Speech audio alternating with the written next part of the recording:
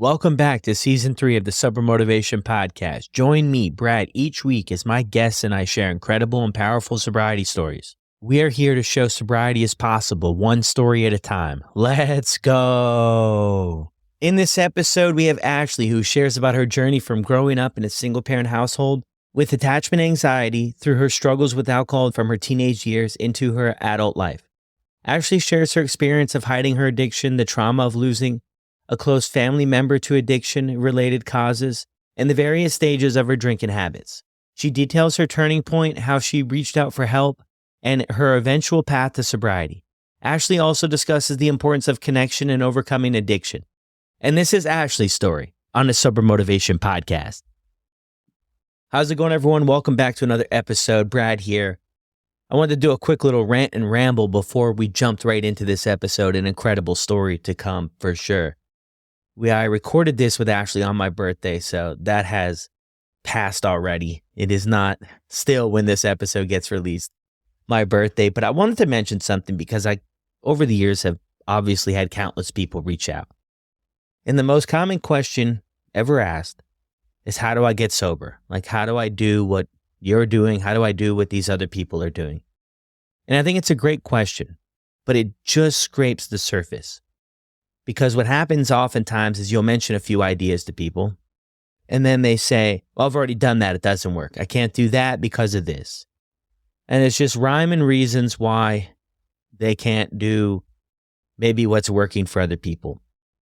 So I think the question that we need to be asking ourselves if we're in that spot is, what am I willing to do to get or stay sober? Because you can get a ton of suggestions, a ton of ideas. A bunch of people do different things. Of course, there's many roads to recovery, many roads to a sober life. But what does it really matter if you're not willing to drive down them? You can have an entire list of things that can be done.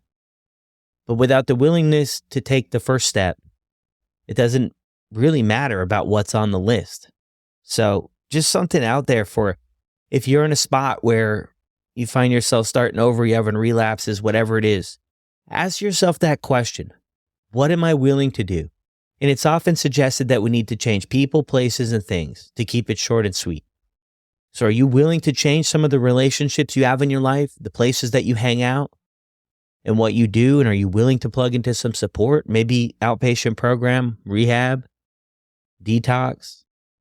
A lot of different things can be done, but I think it ultimately comes down to that on an individual level about what are we willing to do about our current situation? Because for most people, it only gets worse with time. It doesn't get better. Thank you guys as always for tuning in, and I hope you enjoyed this episode as much as I did. Welcome back to another episode of the Sober Motivation Podcast. Today we've got Ashley with us. Ashley, how are you? Hey, I'm doing really good, Brad. Thanks for having me. Of course. Thank you so much for joining us. So what was it like for you growing up?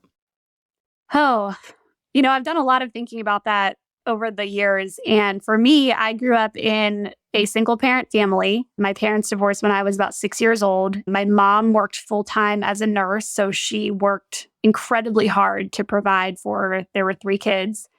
And for me, looking back, I had a lot of attachment anxiety with my mom. I just wanted to be around her and she had to work. So I always say that I was brought up in before school programs, full day of school, after school programs, not really being able to spend a lot of time with my mom and not really having a big relationship with my dad. And growing up, there was a part of me that once I got over the separation anxiety, I learned that the way that I could cope with things is to keep things in and hold things in. And even though I would feel things, to not necessarily share them. So that was something I learned at a young age. And that actually led me to start drinking at age 16 or so.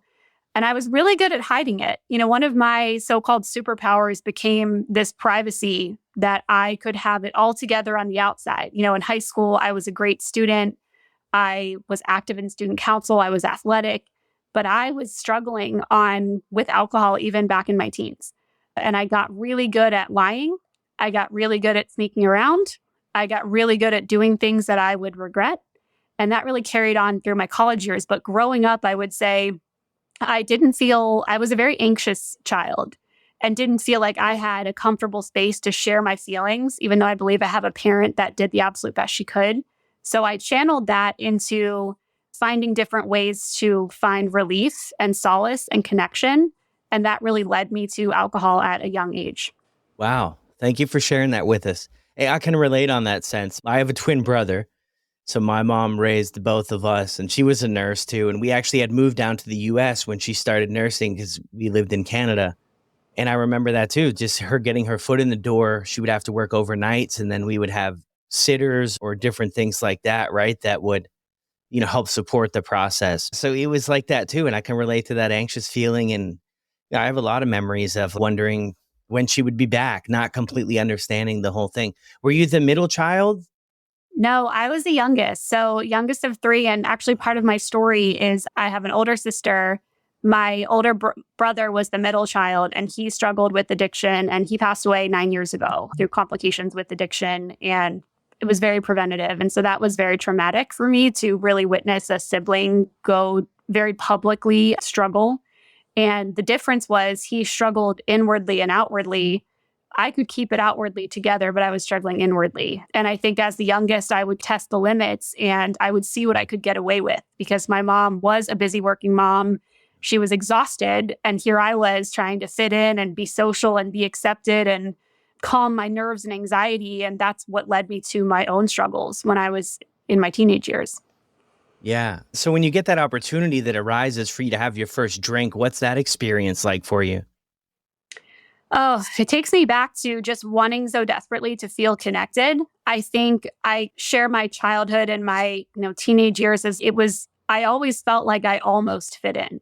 We didn't come from a wealthy family. We lived in a wealthy area. So I didn't have, coming from a wealthy family on my side. I was athletic, but not super athletic. So I was almost there, but I wasn't really there. And my own looking at myself, I'm like, thought I was pretty, but not pretty enough. And I was almost accepted. But when I was 16 and I was introduced to alcohol, it felt like boys would like me more. It felt like I would fit in more with the popular crowd. It felt like I could be a version of myself that people accepted. Even though back then I could still feel that something was off, like this is not the way I should be accepted, but this is the way I feel like I'm going to be accepted. And I think that really led my desire to drink. I mean, we would every weekend in high school, some of my friends and I, we would be sneaking out, staying out all night, trying to figure out ways to go and find alcohol and be with boys and try to have those teenage experiences. But back then, it was all about feeling connected. Yeah. I mean, your insight's incredible, but I'm just thinking about you as you go through this. Are you picking up on any of this stuff? Like connecting those dots? Like back then? Yeah. Not at all. Yeah. I think there was something subconsciously maybe, but if I'm truly putting myself back in that time, it was just about having fun. It was just about trying to fit in. And to me, if I was drinking, I would fit in more than if I wasn't drinking. Yeah. No, I mean, I felt really awkward in high school. Like I always call it like a day and a dollar short. Can maybe relate to in a sense about where you felt was like just a little bit on the outside. Like I always felt like I was a little bit a step behind my peers, and I never was good at academics or good at sports. So what I did is I fit into the troublemakers. And I look back at it now that I was really willing to sacrifice my own beliefs and values that I was raised with to try to fit in. And then the more and more I did that, it was like I got further and further away, so that when the door opened up for drugs, alcohol, whatever it was, I was like, we only live once, we may as well try it out. And then not knowing at the time that I already had that maybe backstory in a sense of trying to find my place, I was really setting myself up for, like seriously struggling with substances that helped me feel like I belonged and I was a part of something. Because when you're in high school, or for me anyway, I couldn't see past Friday night. I just wanted people to like me. And I was willing to, when I look back, like I was willing to do a lot of stuff that just, wasn't good to try to be part of the crowd. So how do things look for you, like, finishing up high school and then sort of the next chapter in your life after that? Yeah. And that's so like to hit on that point again, Brad, like I was always living, like you said, I'm looking to Friday. Like back then it was just about what's happening. How can I, put myself in a situation where I'm feeling accepted? I'm feeling like people like me. So as I moved on, from high school into college, I went the typical college route. I uh, decided to get into the college atmosphere of heavy drinking to the point where my patterns with alcohol was always my drug of choice. I had tried pot, smoked cigarettes, tried those things, but really my thing was alcohol. I was so drawn to it. And in college, I would actually, not drink during the week, but every Friday, every Saturday, I was to the point of blacking out every weekend. Again, it was such this like dichotomy because I could somehow compartmentalize and be like really high functioning. I had good grades in college. I never missed a class. I got into group exercise and started to become an instructor. I loved fitness. But there was this side of me that would just throw everything caution to the wind Friday and Saturday, which, at 19, I was so drunk in public that I was arrested for underage possession and spent the night in jail and didn't learn from that experience, even though I had to go through a lot with the legal system to get through that. And it wasn't even really like a setback for me because I could explain it away. And it was just as simple as I'm just in college and this is what I do. But I had a big issue with already feeling like I needed to drink. When I was 20 years old, I transferred from my out of state school to finish up in state and lived back at home with my mom. And I would say that was probably the time in my life where I probably drank the least because my friends were still away at school. I was finishing up at home. I was very focused on school at that point. But when I was 21, I was in a situation where I drove when I shouldn't and I got arrested for a DUI. And once again, you think that would be an alarm bell of, hey, maybe you should take a look at this. But I explained it away that I was the one that wasn't supposed to be driving that night. My friend couldn't drive. I drove her car and this is what happened. And that actually took me a long time, years, for me to look back and say, even though that's how the night started out, like I should never have driven. And it was my decision. It was not anyone else's fault but my own. So by the time I'm 21, I've had an underage possession of alcohol. I've had a DUI. Thank God I didn't hurt anyone and, was able to get through those things, but it still was not any sort of wake up call. So I graduated school and, I'm 22 years old and I'm in my first job. And so now I'm in my young adult years. I'm just wondering there too, because, it sounds like from growing up, you and your mom were close in a sense, right? I'm wondering if there was any conversations about from anybody maybe that you looked up to or anybody in your life after you had, especially the drinking and then the DUI, did anybody mention anything to you about the behavior? Like maybe you should take a look at your relationship with alcohol. Yeah. And you know what's interesting? Absolutely no one. I think probably my mom was more in denial about like this, that I had an issue because I did have it so together in other aspects of my life. And I think if someone had really said, hey, like maybe this is a thing, maybe you need to take a look at this, who knows? It might not have taken me another 13 years to really look at my relationship with alcohol. But I think it just shows I was a chameleon. Like I could show you sides of me that I wanted you to see, and I could hide sides of me that I didn't want you to see. And so when something like a DUI happened, it was only because I was trying to help out a friend who I wasn't meant to be driving. And so all I remember my mom saying was, oh, you should never have been put in that position. But again, rightfully so, I only showed her sides of myself that as a young adult, I wanted her to see. And I think looking back, I'm like, now that I know how many other people struggle with this, I kept my issue so private. Many people, when I finally did share that I had an issue, were shocked. They didn't know my struggles. And I think that started back in my young adult years when I could really compartmentalize my life. Yeah, interesting. And you hear that story a lot too, right? Especially consequences that may come about in college, right? Because it's the college experience, not that everybody's going to end up getting a DUI, but there's a lot of risky behaviors and a lot of things like that. So it's kind of like, yeah, they're just young, they're just learning. But for sure, I mean, I think for anybody listening, I think we've progressed from there.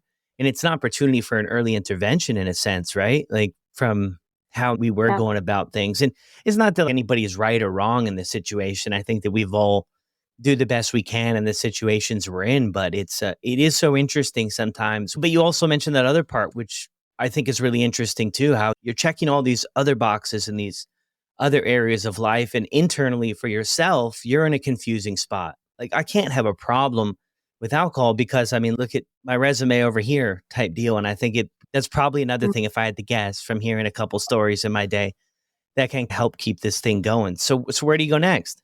Yeah, I guess that brings me to young adulthood and graduated college, got my first job in marketing, moved out of my mom's house into an apartment in our city where I'm from with a good friend of mine. And pretty similar to college, I started repeating that pattern of working hard during the week, keeping my head down, doing the work every Friday, every Saturday. We were in walking distance to tons of bars, just very dangerous behavior. This is the time in my life where I had a lot of shame and guilt and regret of things that I would choose to do while I was drinking, things not respecting my body, not respecting my morals, doing and saying just silly, ridiculous things, putting myself in dangerous situations like walking home alone many times, completely by myself in a big city, knowing that there was someone looking out for me because I was in such potentially dangerous situations. And fortunately, I could still function and made it home safely. But that was young adulthood to the point where it was the same pattern over and over again. And then when I was 24 years old, I've only ever lived in my hometown except for when I was away at college. And I met a guy and he was living 1,100 miles away. And we built a long distance relationship. And I actually moved from Pennsylvania to Alabama when I was 24 to go be with him. And spoiler alert, it worked out. He's my husband. So that was a great, exciting adventure. But then I had to sort of relearn. I had these seasons of life, right? And I left the corporate world and I moved to this tiny beach town on the coast of Alabama, and I had to reinvent myself. And so then I tried my hand at having a corporate job again, and I quit after 2 weeks. I didn't want to do that. So I was a server. I was a bartender. I was working at a yoga studio.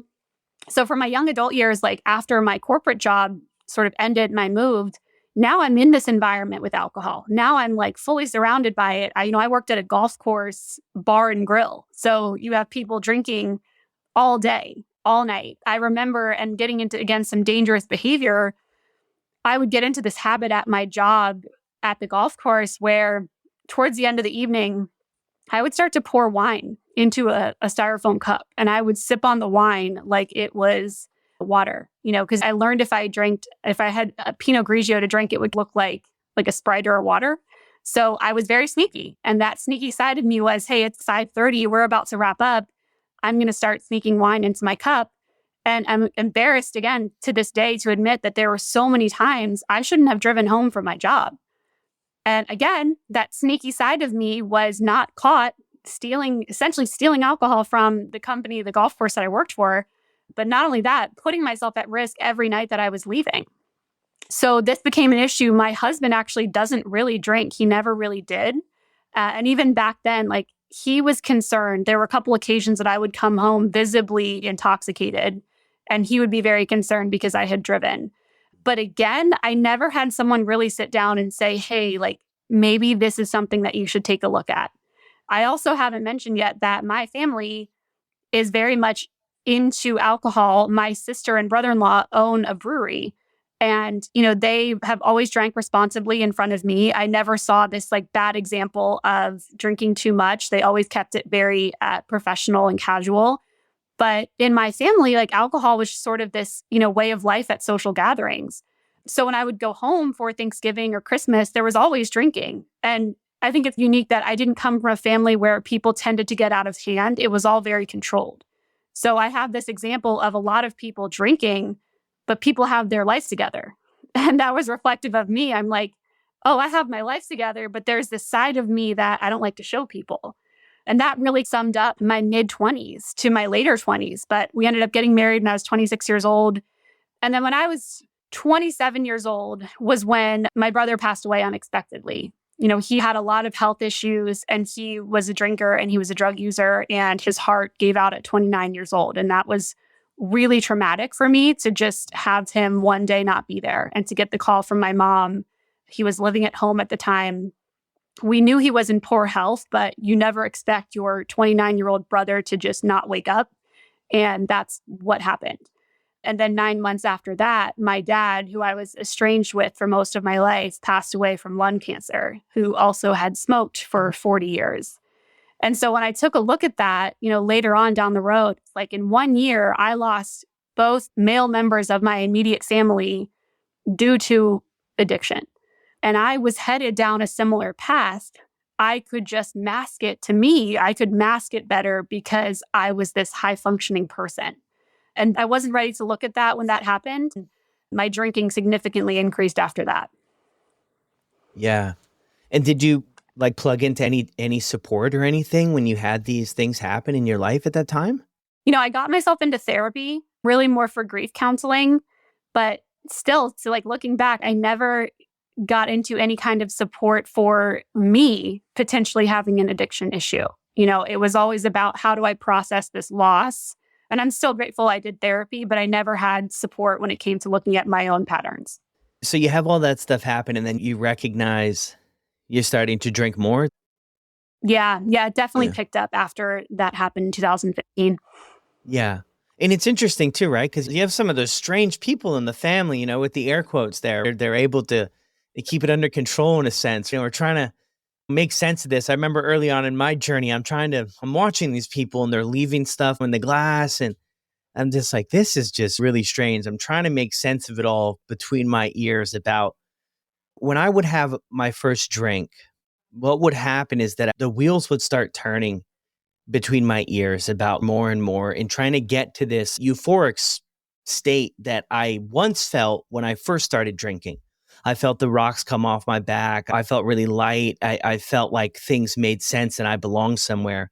And then what I realized looking back as my drinking career, I always was trying to get back to that place, but never to arrive, never to get to that place where it once made sense, but always chasing in hopes to get back there. And I always found it was strange for me with people who were not doing that. It was just really hard concept to understand. So you have sort of that part of life too, which, probably makes it even more challenging going through it with, I think, just increasing the confusion about what is going on here. Like some of the questions you hear people talk about is, what's wrong with me? Am I broken? Can I get back to what was? Can I moderate? I mean, did you have any of those type of things going on for you? And did you know any sober people throughout all this in your life, people that didn't drink?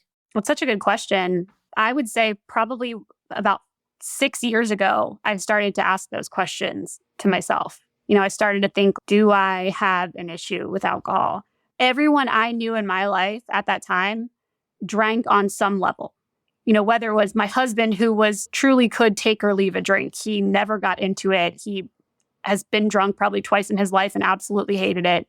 To my mom, growing up, I don't even remember there being alcohol in our house growing up, but yet any social event or social gathering, she's enjoying a beer and she's perfectly responsible with it.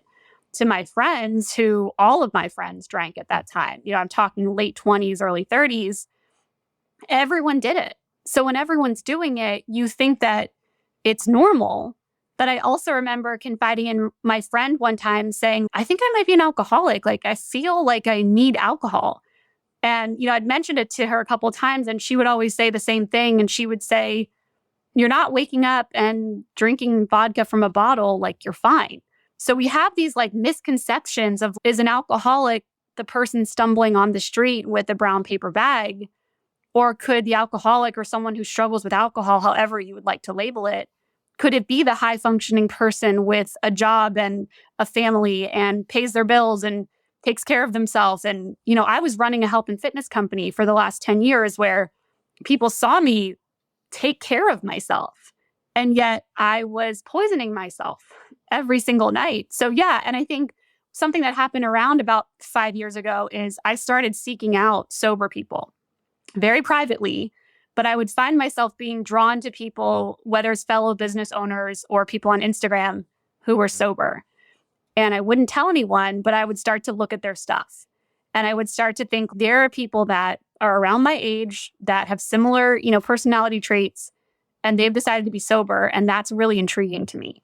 But at that time, 5, 6 years ago, I didn't know anyone who was sober.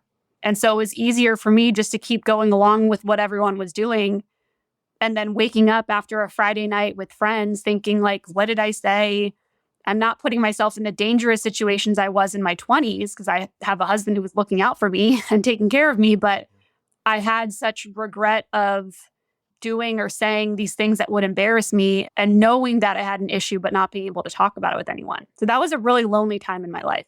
Yeah, interesting there too. Even you mentioned that was like 6 years ago that you started to have those thoughts. And I think that's common for a lot of people, right? A lot of people will share. I went to Google and I typed in, am I an alcoholic? And it comes up with a questionnaire. And some people share they go through the questionnaire, but they're not even honest with the questionnaire, which I think is okay, red flag Yeah. right there. Like I think once we know better, we have to do better. But at the time, we don't know. And it's so interesting how it all is, especially with alcohol, how it's just defended at every turn. If you don't drink, some people be like, that's weird. They don't understand it. You don't drink. And then the next thing is, did you have a problem? It's maybe not the problem that they think that we might have struggled with. I think people are thinking about the Hollywood movies and what that looks like. And that's not everybody's story. What you mentioned there is a lot of people's stories, is about showing up to work, overachieving in a lot of areas of life, really showing up, and then having this other thing at the end of the day when 5 o'clock comes around, pouring a drink until either black out or get tired for the night, and then waking up the next day telling ourselves, probably you can relate to this, like that was the last night, I'm going to take tonight off. And then by 3 o'clock, we start feeling better and we start to train back up again. Oh, yeah. And that brings up something that when you said lying on the questionnaire, I would go any doctor visit, they'd usually have you fill out the paperwork of, do you drink alcohol? How much do you drink? And I would lie on that every single time. Every time I would say very moderately, only on occasion, when I'm drinking every night of the week, every night. It's rare if I don't drink one night of the week, but especially in the medical field, they're meant to ask those questions. But how many other people out there are doing the same thing where they're not being honest with themselves? They're not being honest on, this intake form about their alcohol use. And to me, every time I would see that question, I would actually get some anxiety about it. And I would think about it. And my go-to is to lie. And I would lie. And it's funny, like I have a doctor's appointment on Friday and I had to do my intake form. And it actually felt really good that I was able to check that I don't drink anymore. And I haven't had a drink in over 19 months. And it just felt really empowering because that was the first time I've been honest on an intake form.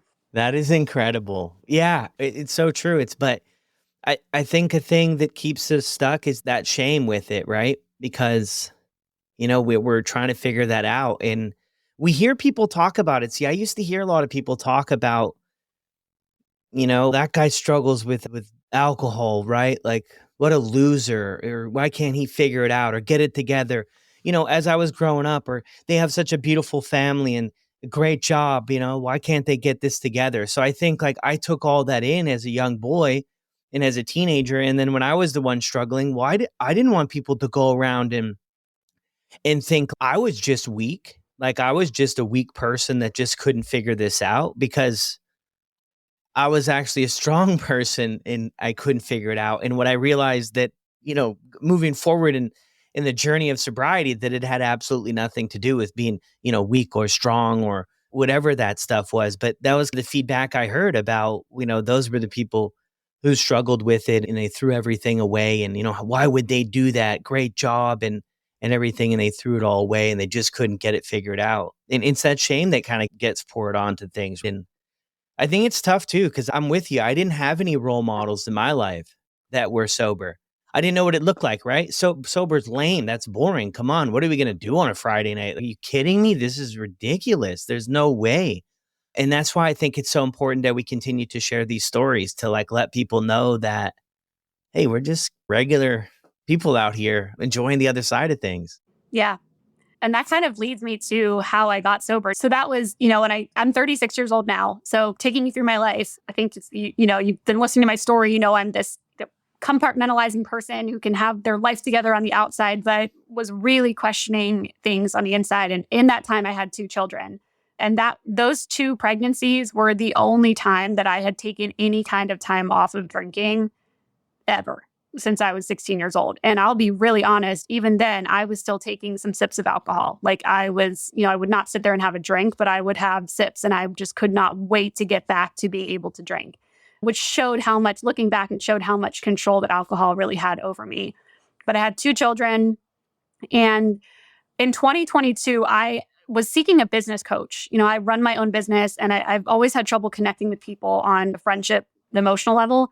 And so I was really seeking a coach to help me relate to people. And I found, the universe delivered and brought a woman into my life that really helped me with so many things. But it really started out as like we're doing now. Like I would talk about my life. I would talk about things that I was struggling with, and she would really help me process it. So what started as business coaching really became life and a healing journey. And that was in 2022. And this whole time, I'm having this struggle of there's this thing in my life that I really want to look at. And I'm really afraid. And I'm really afraid to talk about it because I don't talk about it with anyone, not even my husband. Halloween weekend of 2022, I was at this point in my drinking where I felt like I had pretty good control over it. I knew I would have a couple drinks a night after my kids went to bed. I never wanted them to see me tipsy or drunk. But Halloween weekend of 2022, I blacked out at a neighborhood party. I don't remember going home. I don't remember putting my daughter to bed. She was 5 years old at the time. And I woke up that next morning with so much shame and regret and guilt of saying, this was my, rock bottom mentally, because I knew that I was going to start a pattern of my kids seeing me out of control. And that hit me really hard.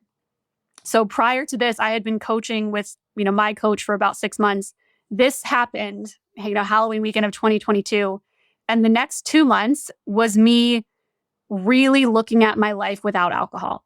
So from November and December of 2022, I was starting to get into quit literature. I was starting to really look into the lives of sober people. I was starting to, test these waters of not drinking on a Saturday night and seeing how that had felt. I had done 30 days sober before dry January, things like that. But my mindset really started to change over the course of those few months. The first week of January 2023, my family came down. We live in South Carolina. They came down from Pennsylvania for a week, a late Christmas celebration. And we were drinking every night. Nothing was out of control. No one was drunk, but we were drinking every night. And I could start to feel my stomach ache. I started to feel these pains in my body. I didn't know what they were. It could have been anxiety, but I was feeling something really deep in my gut that just told me, like, you have to stop. And they left on January 7th, 2023 to go back home. And January 8th, like I told you in the beginning, was the day that I sat down on the couch after our 2 kids were in bed. I was wearing a green sweatshirt and I simply had this peace come over me. I'm not a very emotional to this day. I don't cry that often. And tears were running down my face. And I looked at my husband and I said, I want to stop drinking for good. I need your help. Because the moment I said those words out loud was admitting, hey, I'm ready for a change and I need you to help me. I'm not good at asking for help. And so with the help of my coach, being able to heal some trauma and let go of some things, I became a version of me that didn't align with the pattern of drinking anymore. And I really think that's the way that I became sober so quickly and so happily, because I became a version of myself that didn't want this in my life anymore. And so on January 8th, 2023, we got all of our alcohol out of the house. I started the 75 Hard Fitness Challenge to be able to have a public reason not to drink as I was experimenting, this new lifestyle. And I have been sober ever since. But that's how I ended up walking away from alcohol for good. Yeah. Wow. Great job. Great job on that. And thanks for sharing it too. And it was interesting now, what I just heard you share there about how you mentioned something about how it happened so quickly for you. But I'm just going back in the story of about 6 years before that, where kind of your energy was moving to exploring what alcohol, what role it played in your life, what life could maybe look like without it, all that stuff. And a lot of people share that, a lot of people share that. It at the end, it seems like this sudden thing, because I never knew my last drink was my last drink. I never planned for it. I woke up one morning And I was like, enough is enough. I had sort of the feelings like you did. If I wanted to get to the next level, if I wanted to do anything with my life, if I wanted to, stay alive, then this would have to be part of my journey. And I was like, I'm just going to try one more time, and then it adds up. But I think that's so incredible. And I think it's such a powerful thing. And I think a lot of people in their own one way or another, they go through that. Like you're heading somewhere different and you get this gut feeling that I am not going to be able to get to where I want to in life, or be the mom I want to be in life, or the father I want to be in life, or the son or the daughter or whatever it is, that we're not going to be able to get there. And it starts to really weigh on us that we have to make a choice here. And then you jump on the 75 hard. I mean, my goodness, you're getting right into it. What does the first couple days look like for you though? Yeah. And to be clear, like fair, I did 75 hard, probably not the way I probably sailed it like 100 times throughout the 75 days. I wasn't like being super strict with my diet, but I chose that fitness challenge because it was a public reason to say no to drinking. That challenge is very publicly like, you do not drink for 75 days. So I'm like, I'll just start this challenge. And while I'm working through all of this, I'm going to have this reason not to drink. But the first couple days looked like immediately downloading the book, This Naked Mind. And I had Googled that book before I had stopped drinking. And once I read the description, I was like, I can't read this right now. I can't read this. I'm not ready for this. But that book just really just came into my world the day after. And I started listening to it, and I listened to it on repeat. And part of 75 Hard is doing a workout outside. So I would be on a walk, a 45-minute walk every day, listening to these words of this book and really absorbing it. And so I like to say my coach helped me do the healing work to get to a point where I didn't align with alcohol anymore. But reading and getting into these literatures really helped me reframe my beliefs, or I should say, and really helped me reframe my beliefs about alcohol. I'm a millennial, so we grew up in a time where alcohol was glamorized. I think Gen Z is really waking up a little more to the fact that this isn't the best thing to do to our bodies. But I had to relearn beliefs that started when I was 16 years old. So the first couple of days looked like a lot of working out, a lot of getting out in nature, even though it was January and really cold, and listening to things that started to integrate my new beliefs about this sober life that I was embarking on.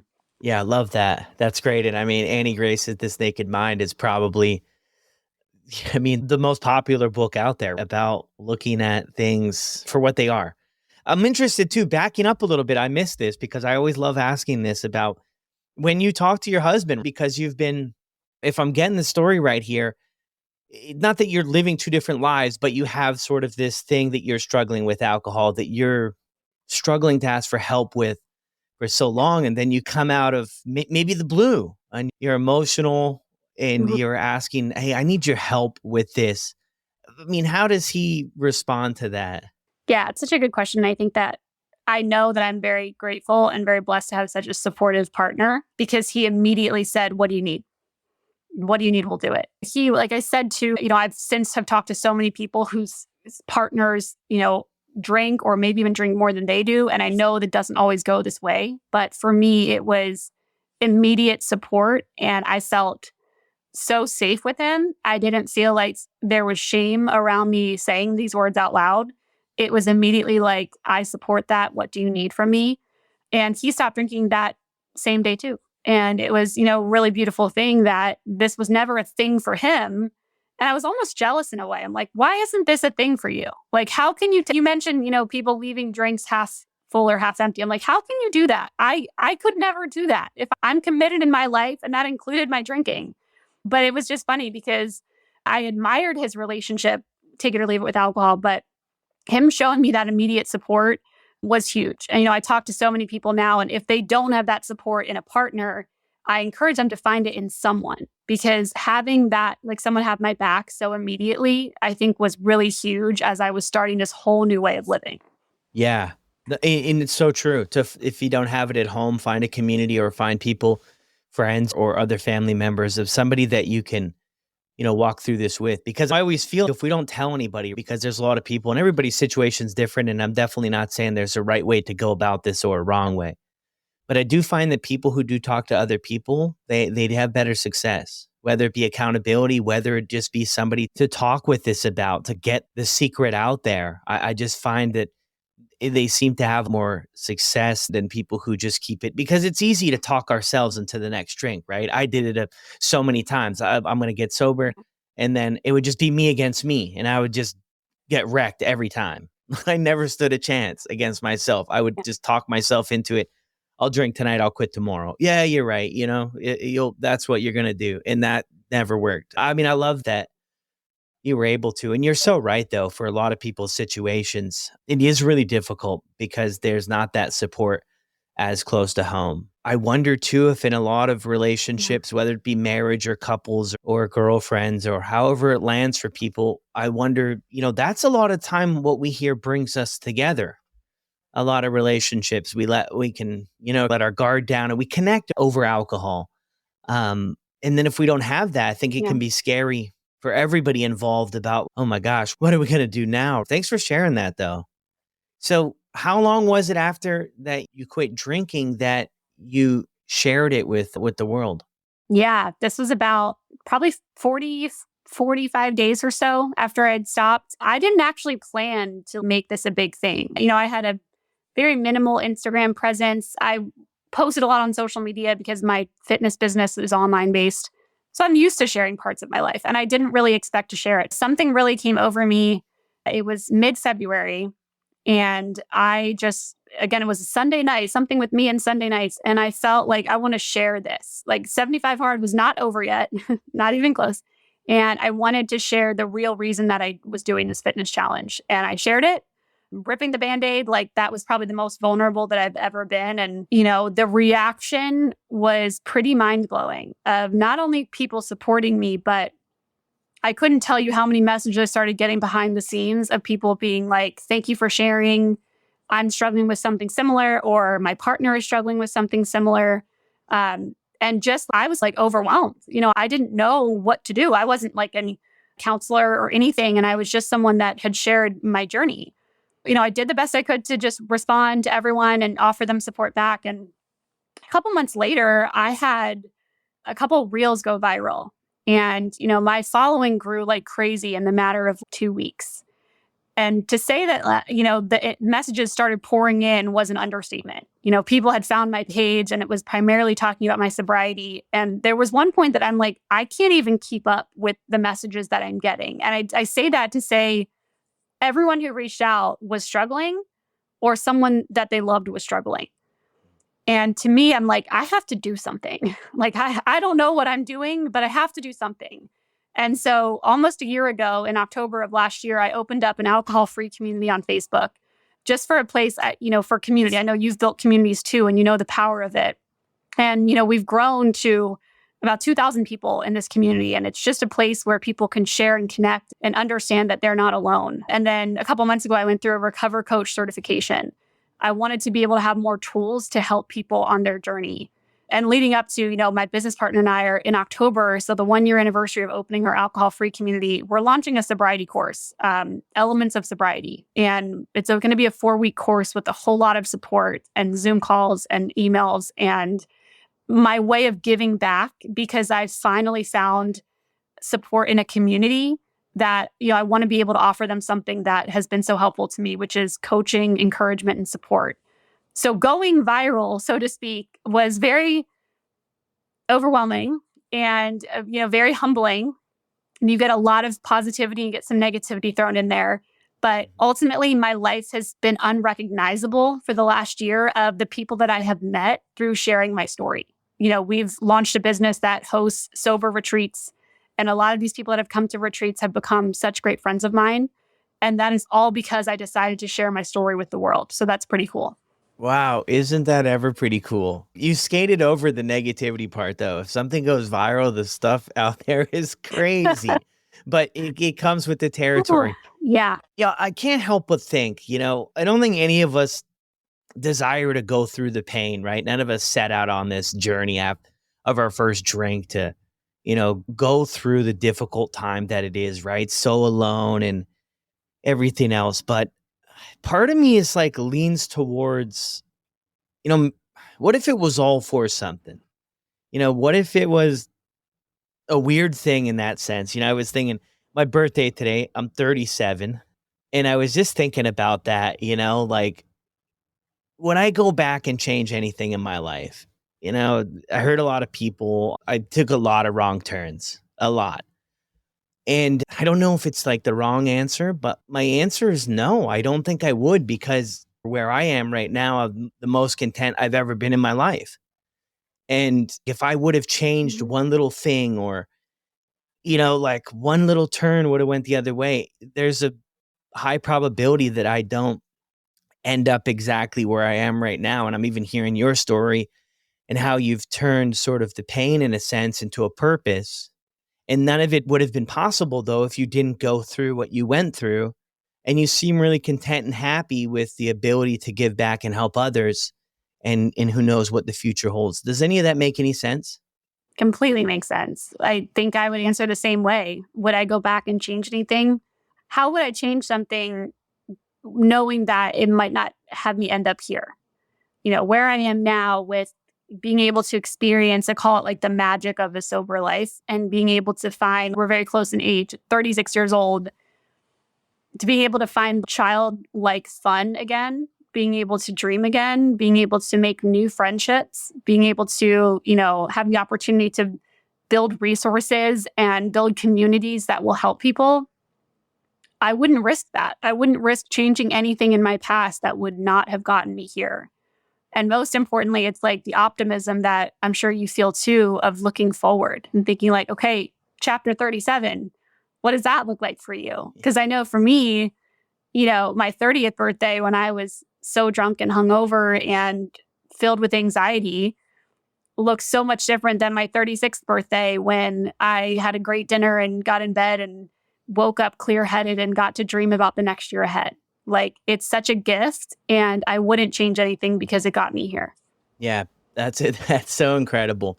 I'm just thinking about the one or two people out there who are still struggling with, maybe a secret of life, like what you were experiencing, and really worried about talking with people. And maybe you can relate with this too, right? Like, how am I going to share? And I feel like we work it up in our heads sometimes, right? Like that first time you shared with your husband, and then you share on social media, and it's like, what is everybody going to think? I mean, my gosh, they're going to be so hard on us. They're going to be so disappointed.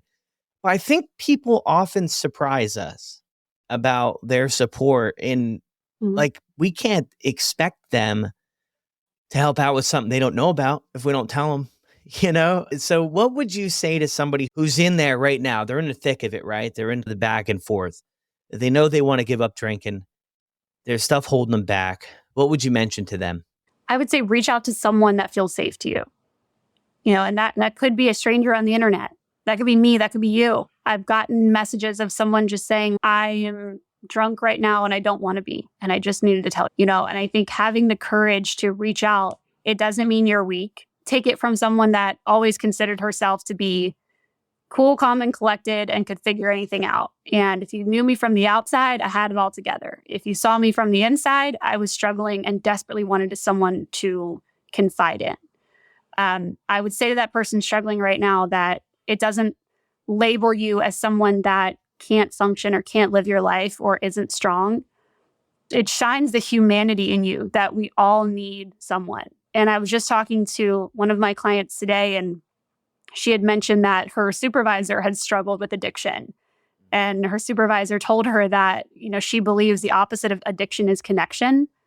And I wrote that in my notes months ago, and it really resonated with me. So I think if you're struggling out there, if you can connect, if you can find a way to connect with someone, that to me is the step that could be like the step forward for you. Yeah.